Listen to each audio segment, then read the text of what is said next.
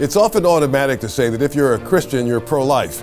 But when it comes to loving, living with, and serving alongside people with special needs or disabilities, that's where the pro-life definition is most often tested. What do we really mean? How do we recognize the intrinsic value and worth of those in the special needs community?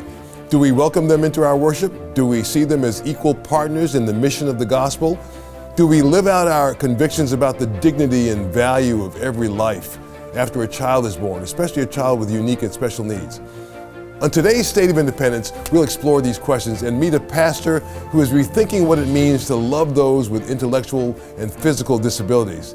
This is a conversation you don't want to miss. Stay with us.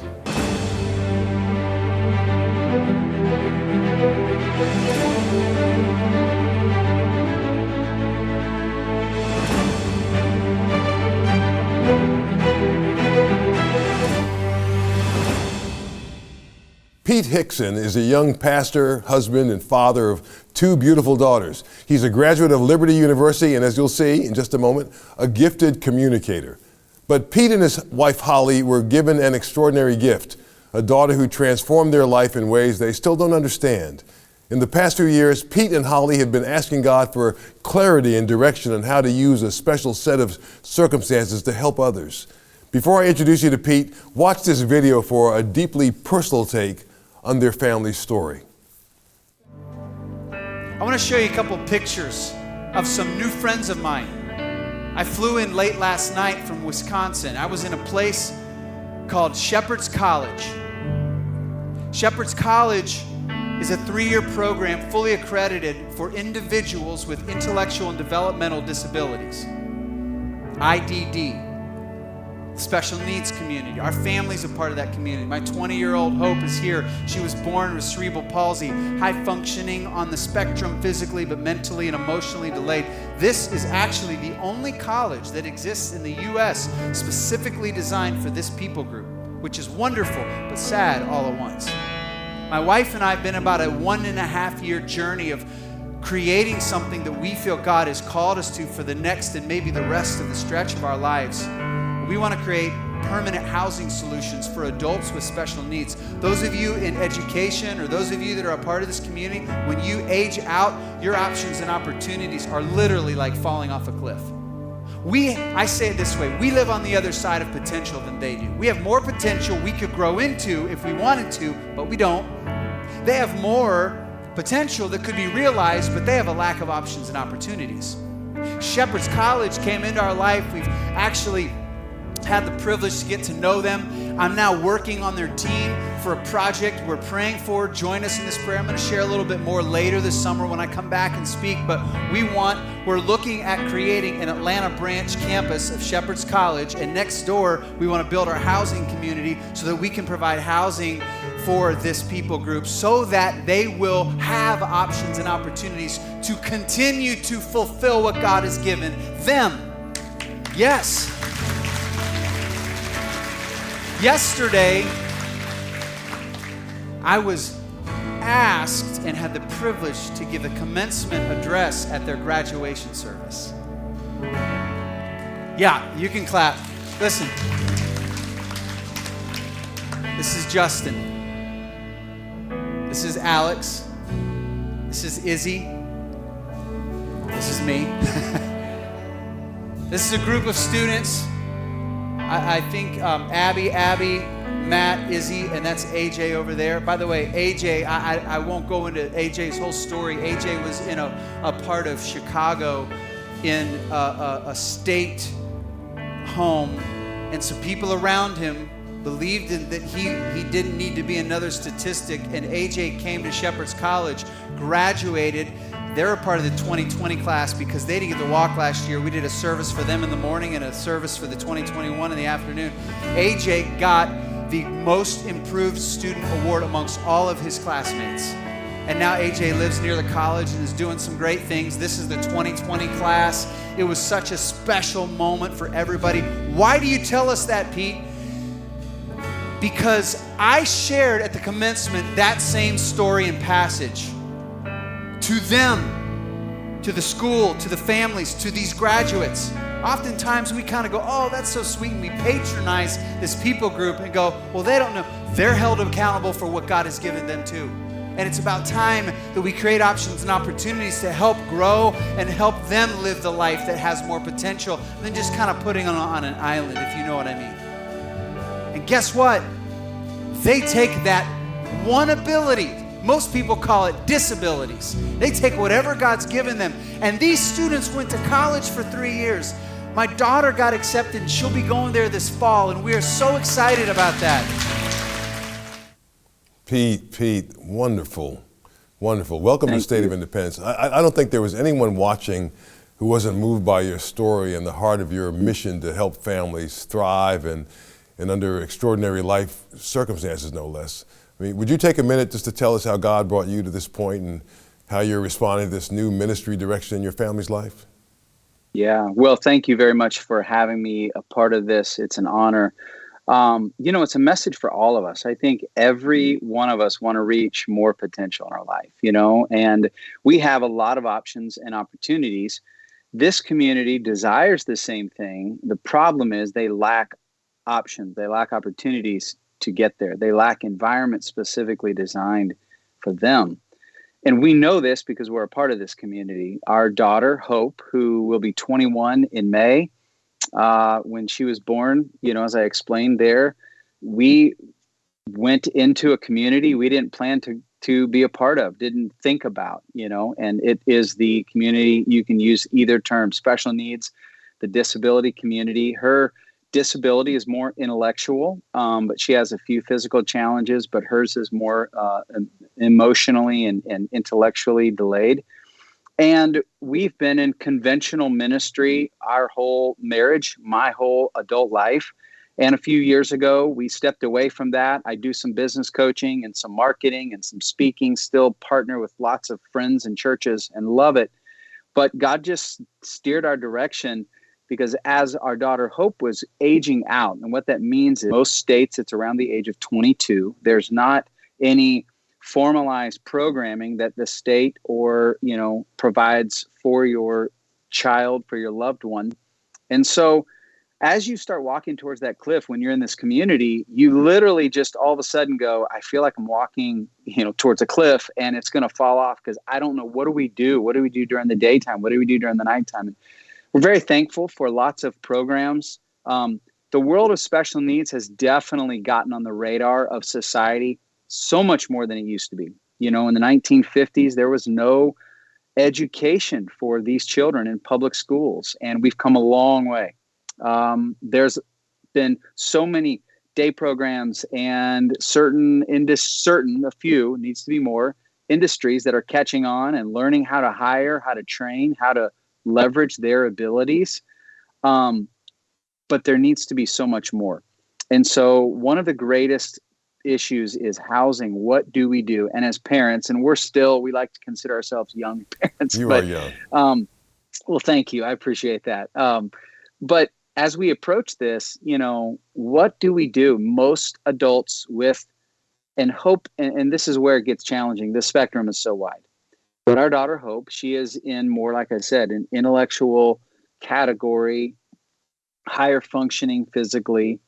But she wants a life of independence, and she probably could not survive in the same context that you and I could, but she could have more independence if we created and designed environments that were designed for her. So that's what we set out to do. We said, what if we could create some sort of residential type community that she could live in even beyond our time, and she could keep thriving? We found places that were and we love every angle of it. Anything being done is we hold hands with everyone. But what we found is there aren't enough environments that are designed for her continued growth, more education. Like you and I can listen to a podcast, we can watch this show, we can educate ourselves. They can, but they need supports to do that.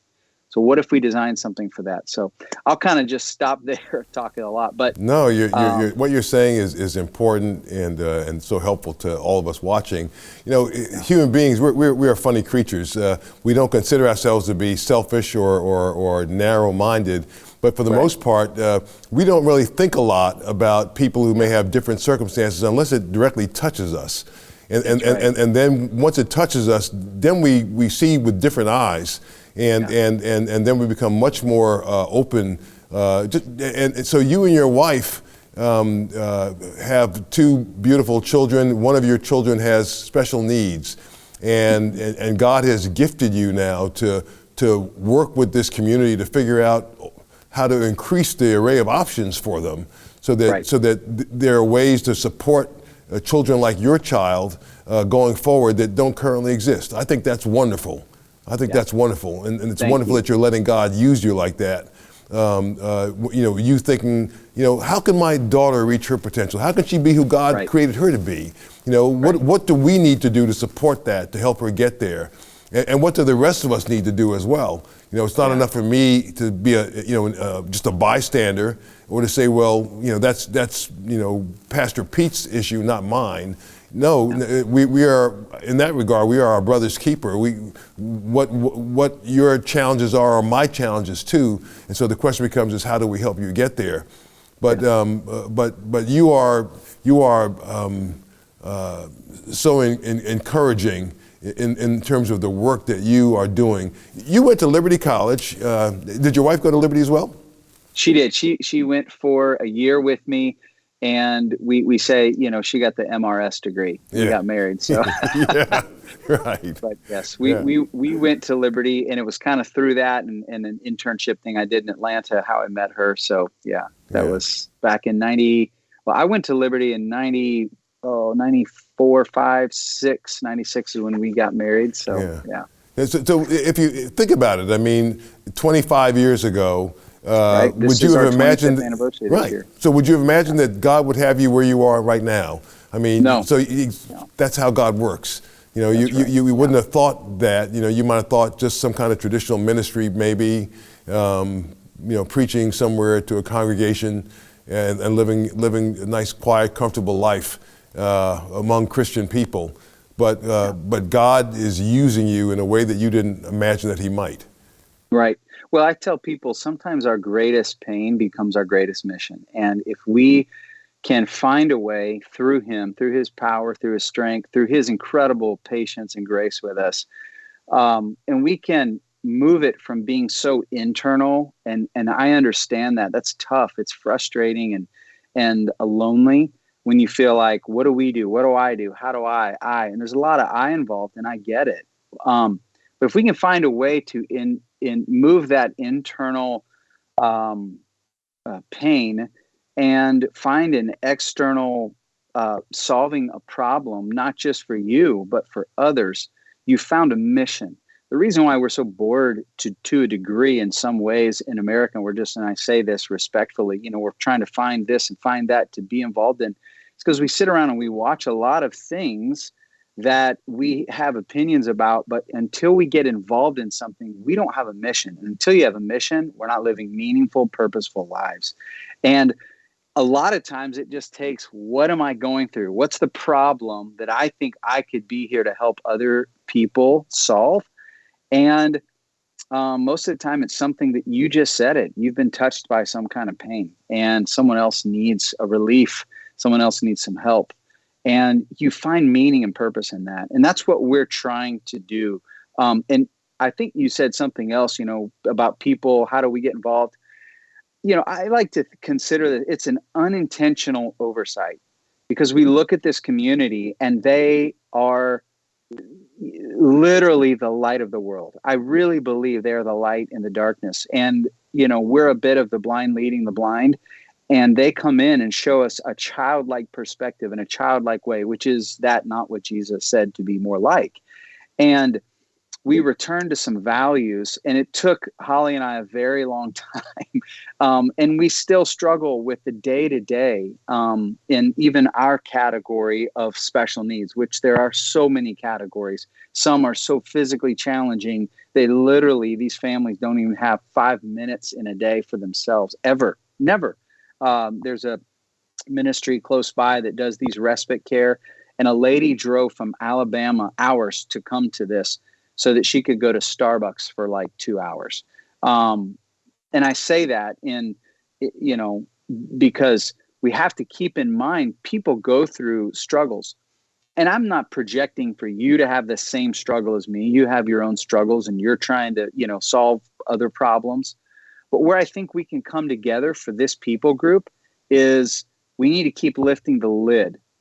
When there was no education in public schools, someone said we needed to start fixing that. So we put laws in place and we made mistakes and we start, but this involves legislatures, this involves, politicians, this involves pastors, this involves every industry. It's the training and development world. It involves education, because we've gotten so much further, and every time we do, we see the lid get lifted. But then I think we get settled, and we're like, oh, people will say this to us, and we say this, oh, well, Hope could go work in a grocery store and bag groceries. I think that's wonderful, and I'm thankful that someone's thinking about meaning and purpose. But what if she could do more? And when she is in a place now called Shepherd's College in Wisconsin, they're training these individuals. These kids are writing code. They're working for e-commerce companies. Why? Because someone created an environment designed for them, teaching them in a way that makes sense to them. And they're thriving. They're growing. And so I think if we could just expand our horizons a bit and get everyone involved. I talked to a high school friend of mine the other day, and we haven't talked literally in probably 30 years. She said, I am in the special needs education world because she used to own restaurants, and this boy worked for her and changed her perspective. And she said, we have to figure out ways to develop more people so that they can be gainfully employed, have dignity in the work that they do, live as independently as possible. So, it's going to take all of us, but I think it's an unintentional oversight. We don't really know that they have that potential because we haven't thought about it until we do. Right. Who knows what God can do with a person, right? I mean, God is able to do amazing things with human beings. Yeah. And who are we to put a lid or a limit on what somebody can do or how God can use somebody? Right. I mean, I love this. I love what you're doing. When we return, I'll ask Pete about a special place. He spoke about it a little bit, a college that is uniquely designed for the community he serves. It's called Shepherd's College, and it's probably safe to say there's no college like it in the world. You won't want to miss his answer, so stay with us. You're watching Joe Watkins' State of Independence on Lighthouse TV. Positively different. Share your comments about today's program in the comment box at joewatkins.org.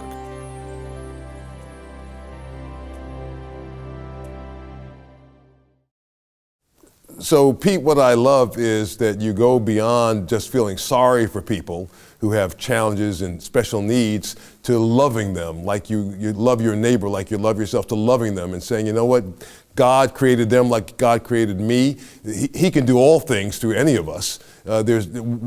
What possibly might my daughter be able to do? What others might possibly be able to do? How can God use them? And how can we explore that and help them to be everything that the good Lord made them to be? And I love that. I love that attitude. It pains me that there aren't more, if this was typical and normal, if there were ministries like this all around the country, you probably wouldn't be a guest today because there'd be so many to choose from. But sadly, I'm not hearing this among a lot of God's people who are in ministry, who have churches that are maybe thriving financially someplace. But I'm not hearing this. But I'm loving what you're doing, and I think that this is all about what the gospel of Jesus is about. Tell me more about this wonderful Shepherd's College. Yeah, I want to, and I'd love to say, I want to give credit to a lot of people who are and have been. When you get passionate about something because you just recognize a problem, you start to say, I wonder what's out here, who's doing something. And that was how we set out to just say, okay, why aren't there more options and opportunities? What we found is that there are more things. There are state colleges, there are universities who are creating more and more programs. And again, we not only high five them, but I'd give them a virtual hug right now, say thank you for what you're doing. This is not to downplay what others aren't doing. But Shepherd's College is that we know of, the only fully accredited program specifically designed for this people group. The category is mild to moderate IDD, intellectual and developmental disability. The fully accredited is really important because that allows federal aid. We wish that there would be more programs for more potential aid to come in, but to be fully accredited, it's very difficult. So that's one component that sets Shepherd's apart. And you can use your 529s there. Of course, you can get federal funding and things like that. You just have more access. 80% of the students at Shepherd's College are on some sort of funding aid. The other thing is that it is distinctively Christian. And my daughter, who's there, she's a first-year student. She's learning worldview things that she comes home. And again, it's stuff that you and I go, yeah, I knew that. But the way it's described and the way that she communicates what she's learning, it just brings us back to some basics, which is what I think a lot of us need in our day and time right now, is to come back to some foundational truths. And then we move forward from there rather than try to create a world up in the sky that gets a little shaky. And they're just teaching basic truths. So that's really important. We discovered Shepherd's as we have been progressing with our organization called Beyond Communities, building residential communities in small walkabout communities. That's our desire. We're hopefully going to launch our first one in 2024 and then build multiple from there. But on the path, we discovered this place called Shepherd's College.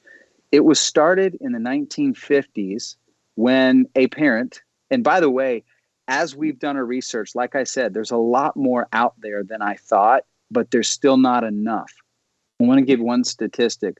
150,000 high schoolers will graduate every year in the United States who are in my daughter's category. 150,000 per year. And there's one college solely dedicated like this. Now, we're discovering there are other educational and life skills training programs. We knew that there were more than just the one.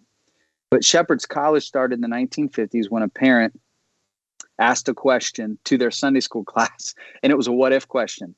What if we had something more? And they started as a boarding school for children when there was no education in public schools. So people would literally send their children, some across the country, so there could be some environment of education training. That's why Shepherd started. It was called Shepherd's Ministries. And for many years, it was a boarding school home for children. Then it primarily... Where's it physically located? In the state it's of right Georgia? outside of Milwaukee, small town. This is in Union Grove, Wisconsin. And they have a beautiful property in a small, quaint, wonderful town there. And then it kind of turned into kind of a senior adult residential. And then about, I don't know, I want to say 12 years ago, maybe, they started some college courses. And then I think it was 2014, they became, or maybe a little bit later, 5, 6, 7 years ago, they're only a college now. So they're kind of getting back to the roots where they want to reach a next generation. And you can major in technology, horticulture, culinary arts. It's a 3-year program. And it's not just the education. It is the life skills training. My daughter will come home or we'll talk to her on the phone. And she's like, Dad, I was in, and I get all the terminology wrong, I was in PPD 1, which is personal life skills training development, something 1. And I learned about red flags. And today we did a segment on how to spot people that are creeping on you in social media, and how do you not accept them to follow you? Because this community is very susceptible to that. They want to be loved and accepted, but there are very few boundaries. They're training them on things that small, all the way to here's how to cook. Your first year, you're in a dorm. Your second year, you're in a house. Your third year, you're in an apartment with one other person, meal prepping, cooking, doing everything on your own in an apartment on campus, safe. And then the goal is they launch them out. 80% of their graduates are in gainful employment. To put that in, including 80%. people who are learning how to do code, and I mean, so there's everything they're doing all from kinds food of service stuff. to learning how to do code, right? Yep. And it's not just, bagging groceries. Again, I'm not knocking that, but they're working and serving in produce sections because there's a whole horticulture section with a massive greenhouse. There's a technology center where they're learning how to build computers, run computers. And it won't take you very long if you know someone in this community to realize, like, yeah, when you really focus them on something, they put more into it. They would be the answer to our workforce problem in America if we trained them. They love their job. They are never going to be late, and they aren't going to steal from you. So I would say they're going to be the best employees you've ever had. We just need to train them. And Shepherd's College is doing that. One of the biggest struggles is, okay, we've spent 3 years training them. Now what? That's what brought us into the picture with them, because we want to take it from there, not just Shepherd's College grads, but individuals probably around the age of 21 plus with some form of independent training. And we want to give them a young adult life where they can live in an apartment style with appropriate support, but not over, and live as independently as possible. And that's kind of our niche beyond community. So we're learning a lot from everyone. We're trying to, figure that out. But Shepherd's College is a great place that exists right now. They're trying to multiply in different areas around the country. They're almost at capacity. And instead of continually building there, they want to build in Atlanta and Dallas and, West Palm, different places. Because, again, 150,000 students every year graduating who are in this category. Amen. And, we can do more. So thank you so much, brother. Pete, this was wonderful. This was wonderful. Thank you. Now, what a blessing to have you on and to talk so passionately and intelligently about how to minister to the community and making people see Hope and her classmates as human beings. People that God created in God's image, right? Our neighbors who we are challenged to love like we love ourselves. I love that. I love the way you presented all of this, and so I'm just praying that God will continue to bless you in your ministry, brother. Thank you. I really appreciate it. Thanks for giving me the opportunity to share. And if there's anyone that comes in through anything, and you just say, hey, please, I'd love to help them. I found my wife and I almost daily are on a phone call with someone, and sometimes it's just, I don't know where to go and I need someone to talk to, and sometimes, we get to resource them, but other times we just try to encourage them. So whatever I can do to serve and help, let me know. Thank you, brother. You're doing a good thing. God bless you. Thank you. God bless you. Thank you. Thank you, brother. Well, each of us is designed in a unique and special way. None of us are exactly like anyone else in the world. In fact, we're all designed with a certain disability that requires us to trust and depend on God with all of our heart, mind, soul, and strength.